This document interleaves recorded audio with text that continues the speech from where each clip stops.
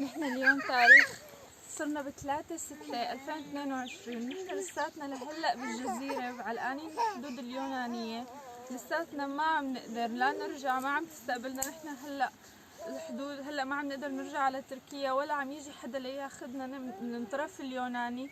صار في عنا اطفال هون متسممين، الطفلة هون ما عم تنزل حرارتها، هون الطفل كله عم مستفرغ وعم يصير معه اسهال وحالتهم كتير خطيرة. هون الاخين تعبانين كتير، ونحن لهلا ما عم نقدر لا نرجع ولا عم نقدر نحن نكمل.